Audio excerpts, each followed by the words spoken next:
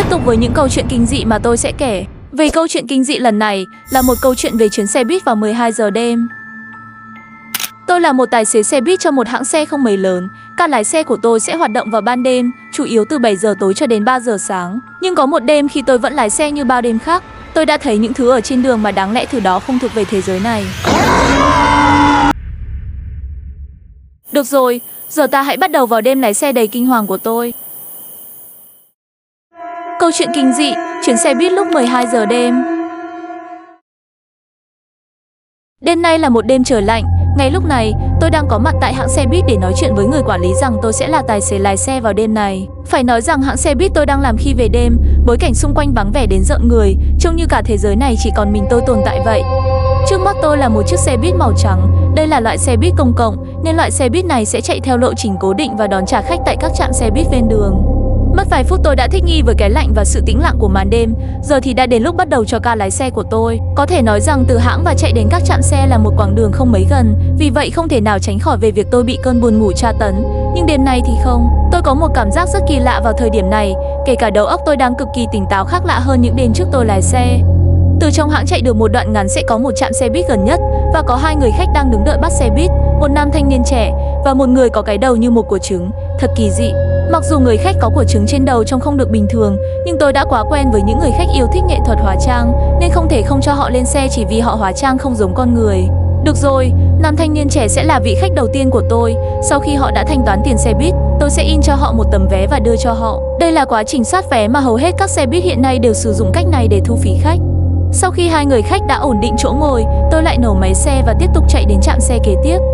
Khi chạy tôi có thể thấy có những chiếc xe chạy ngang trên đường, nhưng cực kỳ là ít. Điều này cho thấy đường xá ở thành phố này là rất vắng vẻ đến đáng sợ.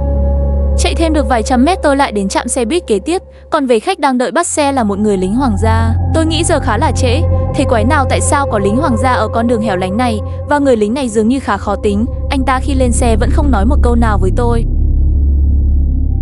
Đây là trạm xe buýt thứ 3 trong đêm mà tôi đã chạy được, và trạm xe này cũng là trạm xe để tôi trả khách. Người khách đó là nam thanh niên đã lên xe tôi đầu tiên. Hiện giờ đường xá rất nguy hiểm do đang là đêm. Tôi mong rằng nam thanh niên đó khi xuống xe sẽ không phải là mục tiêu của bọn cướp nhắm đến. Cảm giác khi tôi lái xe chở khách vào giờ này rất khó diễn tả bằng lời nói. Hãy tưởng tượng rằng mọi thứ ở xung quanh đang ẩn mình trong bóng tối, là một thứ gì đó chỉ thấy được khi đêm đến. Trong đầu tôi không ngừng gợi nhớ về các tình tiết đáng sợ khi lái xe trên đường vào đêm khuya như trên phim kinh dị. Nghĩ tới thôi tôi cũng nhận ra làm công việc này đúng là cần một tinh thần thép đấy. Chỉ vừa tự nói với chính mình xong thì tôi chạy đến một ngôi làng, đồng thời cũng là trạm xe buýt. Người khách đợi bắt xe là một cô gái. Giữa đêm khuya nguy hiểm như này lại có một đứa con gái đứng đợi xe. Khi cô ấy lên xe tôi cũng đã hỏi cô ấy đợi xe vào đêm khuya không sợ kẻ xấu hay sao, nhưng cô ấy chỉ phản hồi lại tôi là một nụ cười nhẹ. Tôi cũng kể vậy, dù sao cô ấy cũng là khách nên tôi tôn trọng sự riêng tư của cô ấy. Sau khi cô ấy đã ổn định chỗ ngồi và tôi tiếp tục công việc lái xe, thật bất ngờ bằng một cách nào đó tôi lại chạy vào một con đường mòn. Tôi đã lái xe qua rất nhiều đêm, nhưng trong lộ trình của tôi không hề xuất hiện con đường đất này. Không hiểu sao đêm nay tôi lại gặp con đường kỳ lạ như vậy. Từ trong xe nhìn ra bên ngoài tôi thấy khung cảnh xung quanh trông như bãi tha ma, và điều đáng sợ hơn ở ven đường còn có một trạm xe buýt. Có một người khách đang đứng ngay trạm, nhờ ánh sáng từ bên trong xe hắt ra bên ngoài, tôi dễ dàng thấy một bóng người lờ mờ với vẻ mặt trông rất buồn bã. Người này khá lớn tuổi. Trong đầu tôi đã thoáng qua một suy nghĩ có thể người đó đang cần sự giúp đỡ. Lập tức tôi đích thân mở cửa xuống xe, và tôi đã rất sợ hãi khi nhìn vào người đó. Hắn có một làn khói đen đang tỏa quanh người hắn, còn có cả hai cây nến ở hai bên, giống như đang thờ cúng người đã khuất vậy. Tôi cũng đã mở lời với hắn một vài câu, nhưng đáp lại tôi chỉ là một sự im lặng. Và chưa hết, đối diện trạm xe là một ngôi mộ với cây thành giá ngược, với chiếc xương đầu dê nằm trên ngôi mộ. Lúc này tôi đã biết tôi gặp phải thứ gì, không nói thêm câu nào, ngay tức khắc tôi nhảy vọt lên xe và chạy ra khỏi nơi này càng nhanh càng tốt.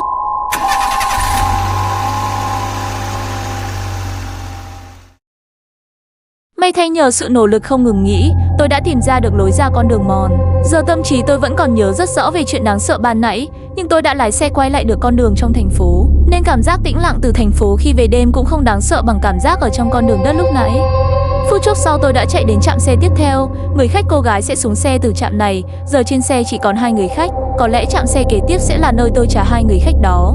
Được rồi, hai người khách còn lại đã xuống xe ở trạm xe tiếp theo như tôi nghĩ. Giờ thì trên xe chỉ còn mình tôi, nên tôi sẽ lái xe quay lại hãng và kết thúc ca lái xe này. Lại một lần nữa tôi gặp con đường không có trong lộ trình, là một đường hầm. Như tôi nhớ, chỉ có duy nhất con đường quốc lộ này dẫn đến hãng xe. Tôi thề với Chúa rằng không hề có đường hầm này trên đường. Chuyện này càng lúc càng khiến tôi không khỏi hoảng loạn. Càng chạy sâu vào hầm, tôi càng thấy có rất nhiều chiếc xe cũ kỹ vô chủ. Tại sao những chiếc xe này lại bị bỏ rơi ở đây? Tôi không khỏi đặt ra rất nhiều câu hỏi. Và lại có cả những cây nến đang cháy xung quanh. Có thể điều tôi nói sau đây là một điều hư cấu, nhưng dường như tôi đã lạc vào thế giới bên kia, giống như con đường mòn ở lần trước. Chỉ chạy được một đoạn ngắn, tôi đã bị những tảng xi măng rào chắn giao thông chặn ở giữa đường. Có nghĩa nếu tôi muốn tiến đến phía trước, chỉ có thể xuống xe và đi bộ. Kèm theo tôi thấy một cảnh tượng kinh hoàng ngay bên trong xe.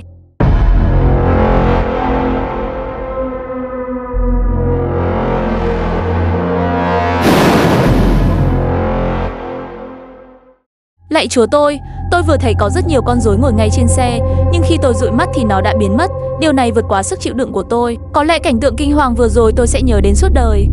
Điều quan trọng bây giờ tôi phải ra được khỏi đường hầm này. Tôi đành phải bỏ chiếc xe lại và đi tiếp. Và tôi lại thấy những con rối, nó đang đứng với một tư thế dạng hai chân và hai tay. Từ đằng xa, có một con rối với hình dạng như một con người. Song song tôi nhìn thấy có một tờ giấy được dán trên cột ghi rằng đừng đánh thức những kẻ có mắt. Không lẽ tờ giấy đó nó ám chỉ rằng tôi tuyệt đối không được đến gần những con rối này? Chúng đứng ở mọi nơi trong đường hầm. Tôi không dám tưởng tượng rằng sẽ ra sao nếu tôi chạm tay vào một trong những con rối ở đây. Không ổn tí nào, con đường trong hầm đã bị chặn. Tôi không thể đi tiếp, nhưng may thay có lối thoát hiểm. Khi tôi dự định mở cửa, đột một bức tường đã chặn con đường đã biến mất. Sau đó là rất nhiều âm thanh báo động dồn dập từ những chiếc xe cũ kỹ trong hầm. Điều này hoàn toàn không thể xảy ra, bởi vì những chiếc xe ở đây hầu hết đã chết máy. Dựa theo mức độ cũ nát từ xe, tôi có thể nói rằng chuyện hệ thống báo động từ xe còn hoạt động là một chuyện bất khả thi. Chết tiệt, nếu tôi vẫn còn ở đây lâu, thì chắc chắn âm thanh báo động của xe sẽ đánh thức tất cả con rối trong hầm. Tôi đã đúng, những con rối chúng đã thức tỉnh, chúng đang chạy về phía tôi. Đây rồi, tôi đã thấy được lối thoát hiểm, tôi phải nhanh lên.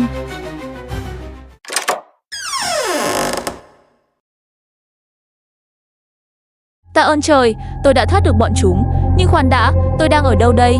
Thế quái nào tôi vẫn còn trong hầm? Tôi nhớ rằng tôi đã thoát ra hầm bằng cửa thoát hiểm rồi chứ. Sao lại thế này? Có vẻ như tôi đã về được thế giới thực tại. Đêm qua chắc chắn do tôi lái xe quá khuya nên ngủ gục trong hầm và mơ thấy những điều kinh hoàng tối qua. Chiếc xe buýt vẫn còn chính là minh chứng cho việc tôi chỉ gặp ác mộng trong lúc ngủ. Dù vậy tôi vẫn còn nghi ngờ về việc tất cả chuyện đêm qua chỉ đơn giản là cơn ác mộng hay rằng những con rối là có thật. Khi tôi còn nửa tỉnh nửa mơ vừa ra khỏi hầm, tôi đã thấy một khung cảnh vượt quá sức tưởng tượng của tôi, là sa mạc, chính là sa mạc. Tại sao tôi lại đến được sa mạc cơ chứ?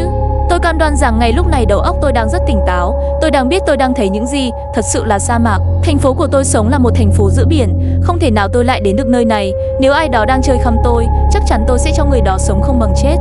Không hiểu tại sao trời vẫn còn đang là ban ngày, chỉ vài phút trôi qua trời đã tối dần. Đây là điều bất thường về thời gian ở vùng đất này. Tiếp tục chạy ngay phía trước có một trạm xăng, tôi ước rằng sẽ có con người ở đó. Tôi nghĩ rằng nếu có người ở đây thì tôi sẽ được giúp, nhưng không có một ai ở đây. Trạm xăng này đã bị bỏ hoang từ lâu. Dù vậy tôi sẽ đi vào cửa hàng của trạm để tìm kiếm một chút manh mối. Những kệ sắt ở đây đã quá lâu nên tôi đã giật bắn mình vì âm thanh nó rơi xuống. Nhưng lại có một điều bất thường, điện thoại của cửa hàng đã bỏ hoang lâu năm, nó thật sự đang reo chuông. Tôi cũng đã quen với việc tôi đã gặp những thứ kỳ lạ nên tôi sẽ thử nhấc máy.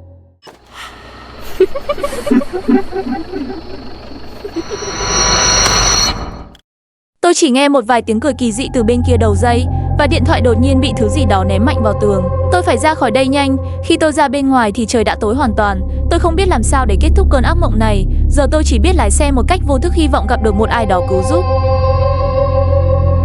Cảm tạ trời, cuối cùng tôi đã gặp được sinh vật sống ở vùng sa mạc này. Có hai người đang đợi bắt xe buýt. Thành thật mà nói, tôi không quan tâm đến việc họ là người tốt hay người xấu. Tôi chỉ quan tâm rằng ít ra vẫn có thứ gì đó còn linh hồn ngồi trên xe của tôi. Chỉ vậy đã đủ giúp tôi xoa dịu đi trạng thái hoảng loạn ngay lúc này. Có vẻ như hai người họ thật sự là con người. Thậm chí họ còn bảo tôi rằng hãy đưa họ đến trạm xe buýt cần đến. Đến với trạm xe kế tiếp, vẫn là hai người đợi bắt xe buýt. Tôi vẫn cho họ lên xe và chỉ chạy được vài cây số, những hàng ghế trên xe gần chật kín khách, chỉ còn duy nhất một ghế cuối cùng. Chiếc ghế trống cuối cùng, tôi đã cho một lão già mặc đồ lượm thượm ngồi vào đó. Ông ấy có vẻ là người vô gia cư. Vì cái tính thương người của tôi nên tôi đã cho ông ấy đi nhờ xe không cần phải thu phí.